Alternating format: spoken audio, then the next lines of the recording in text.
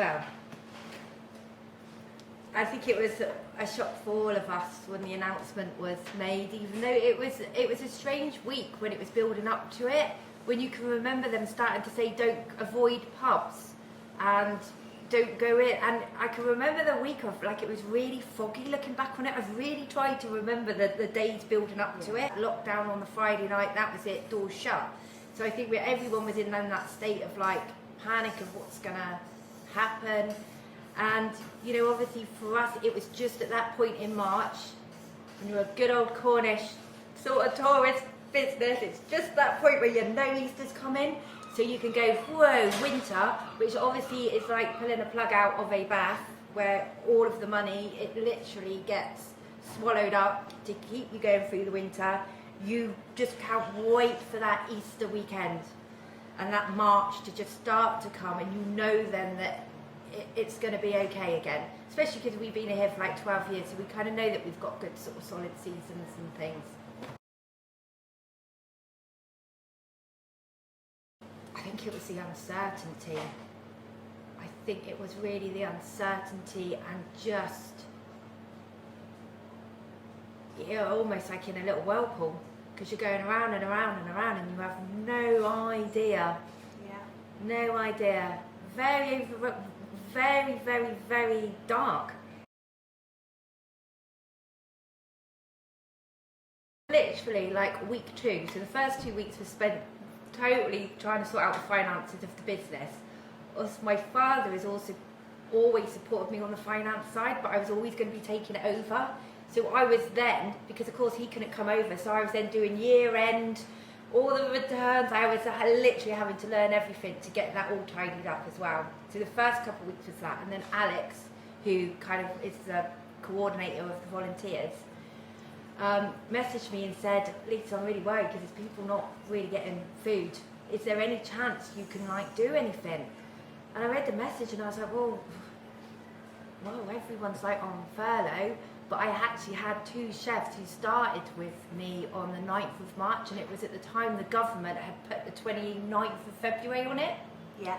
So they actually didn't have any jobs, and they were like, oh my God, and I was like, oh my God, I'm fighting. Steve Doble, Jones must stay for 1 week. I wasn't there, Emilio, I was a crazed person. I turned into this political animal. I was crazed, because I was trying to fight. I could not believe the injustice of the furlough date. So I then spoke to them and they said, well look, should we do something in the tavern? Because one of them was employed to actually be in the number 4 pizza cafe. And he, funny enough, was actually my original head chef at the Harbour Tavern when I came here. So I said, Josh, should we do something then? Should we just try and see what we can do for the community? And he was like, I'd be really up for it. So I had 2 chefs, me, and Amelia has always been very helpful. And I got back in touch with Alex and I said, okay, what's the demand? She was like, I have no idea. Shall I start sending out some feelers? And I was like, yeah, okay, the boys are starting on Monday, let's go for it. Had no idea how the information would arrive. They didn't really know how they were going to collect it. And then we had the first spreadsheet, and I think in the first week it was something like 20 odd meals. And we thought, okay, so we had to work out that we do choices, 5 or 6 choices, and then the logistics of the takeaway packaging and how we would do it, how we would keep it hot, how they would go in the brown bags, and then we got the stamp for the brown bags to put the tavern on it. And that sort of came into place sort of quite quickly. The second week it went up to 60 odd. By the 3rd week we were like up to over 100. All self-isolating, vulnerable, which the volunteers, through GP referrals, through just knowing the ones anyway, and like going around and do you want help with your groceries, your medication, stuff like that, they could then identify quite quickly who weren't having any hot meals. And that was then, so we decided quite quickly we'd do a lunchtime service and a dinner service, only Monday to Friday. So now Helen writes all the brown bags, because I was getting to the point where I must have done nearly about 2,000 handwritten, and you look at your bag and you're like, okay, now if you give me a name, I'll tell you the address. It's so weird. I'm like this walking like database of like people that live in Daisy, Mevagissey, Rebecca's Court, June, Olive likes, she doesn't like peas. Yeah. And just literally getting the timings right for the volunteers. So then what I do is send them every day like a little time schedule. So it's literally like 5 o'clock, Paul, Port Mellon, 5:05, Ben, up to Penmeva, 5:10, and it's literally like that. So they're in and out, and it is like a little military operation. Me and 2 chefs. Okay. And volunteers? They're always at the height of it. There's about 3 to 4 volunteers at lunchtime, and up to 4 or 5 in the evenings. It's about 9 volunteers just to do the food service. Even now, it's still 4. 2 at lunchtime, and then 2 to 3, sometimes 4. Friday nights are always busy for their fish and chips. Oh, beautiful. They do handwritten thank you cards, letters, phone them. So they normally have about 6-7 choices for their meals. So we run that menu for 2 weeks. And the volunteers will phone them over Saturday and Sunday, and then we've got this beautiful spreadsheet, which we call the spreadsheet of truth, which it changes all the time, bless them, but we allow for changes. So we kind of know that every day I can, like Sam, that our chef now, he can be a day in before of what's coming up, so what to cook up and things. And what's come really through is it's not just about the food. They're very grateful for the food, but it's actually about the volunteer which knocks on their door, and they've got then that sort of friendly face, and they've got that little bit of interaction.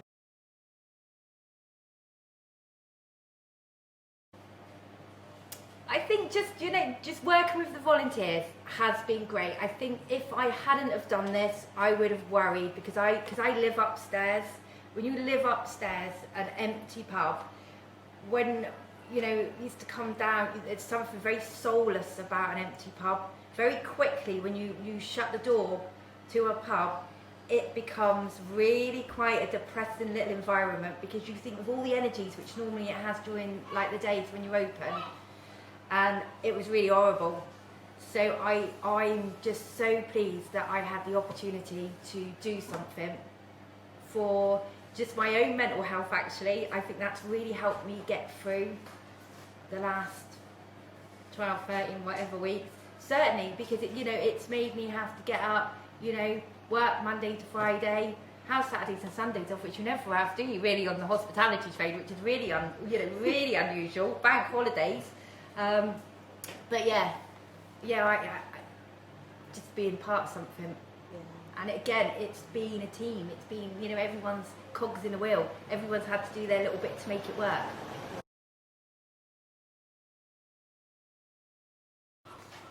You just do it because you've got to do it. There's people hungry out there. You just go on and you make it work, and that's what you got to do. You make it work. Again, they're from the chefs who just put their all into it, from the volunteers to just, we had to make it work. Every meal counts. Every name on that bag matters. I've got some now, because some of them do come out a little bit now, and they'll come by and they'll go. And it's like, it's just extremely touching. But it's a huge team. It's the community. It was Alex who first said to me, Lisa, come on, It was from then just seeing the volunteers turn up. Rain. Some of them have had some right bad experiences with the rain. But just their commitment, and that's what I think drives me. People's passion and people's kind of commitment definitely does inspire and drives me to keep going.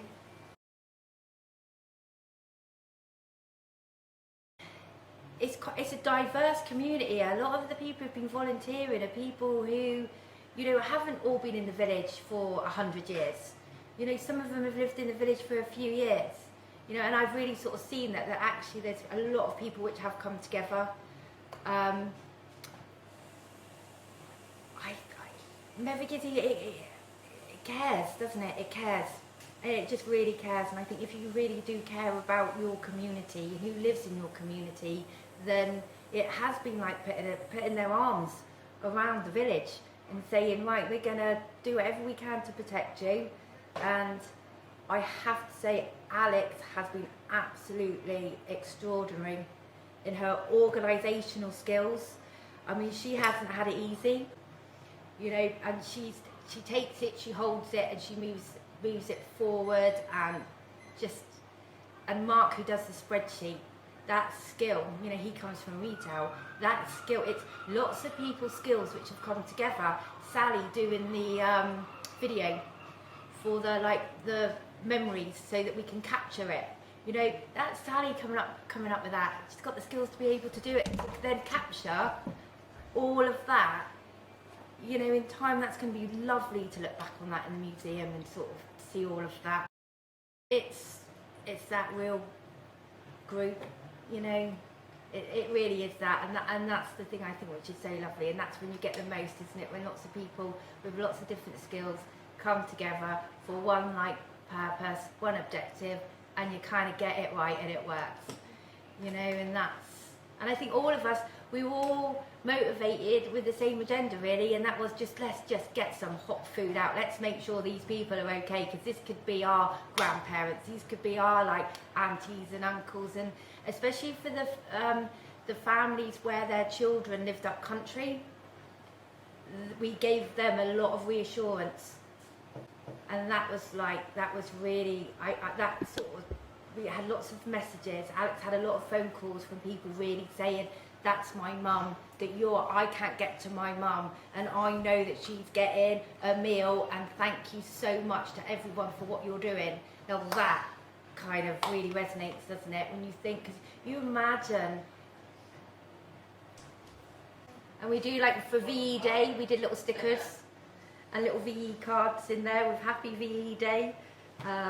And for the birthdays, I tried to decorate them. Now Helen's back, it's going to be much better because my balloons do not look like balloons. And Helen's a lot more creative than mine. My bags look really weird, but we tried to do happy birthdays, and we tried to get a crowd together to sing happy birthday. Sally led one last night with her happy birthday singing. So just to kind of lift them as well, and that's kind of worked. I think people have been quite touched with that.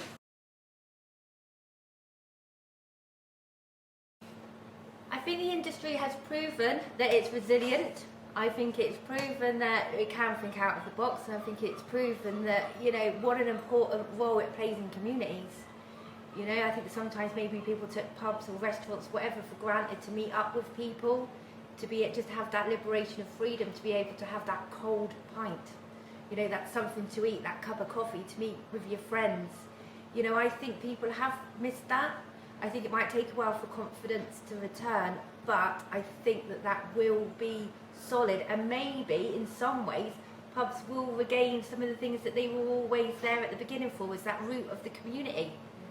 And I think if you can reach out to what's around you, you're going to have a chance.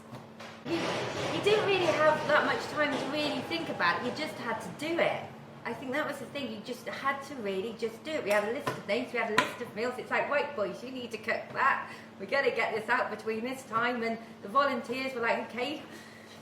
And they all had to learn all the addresses and stuff. And Mevagissey, some of the streets, even if you've lived there for, you know, all your life, some of the streets have been quite opening to how they twist and turn into the different streets. So I think for everyone it's been a great learning curve.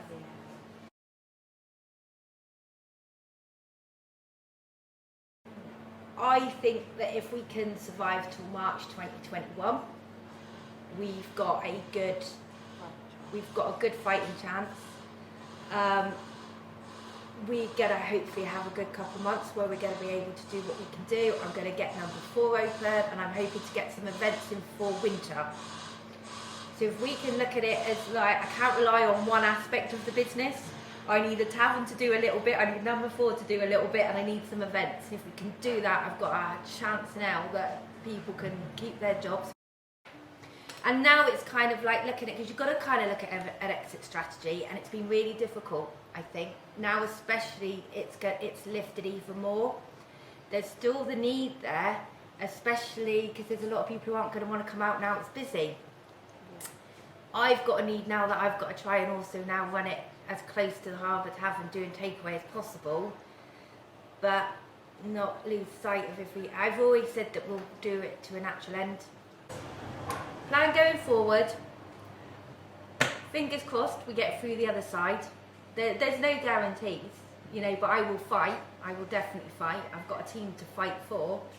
So we'll certainly do that.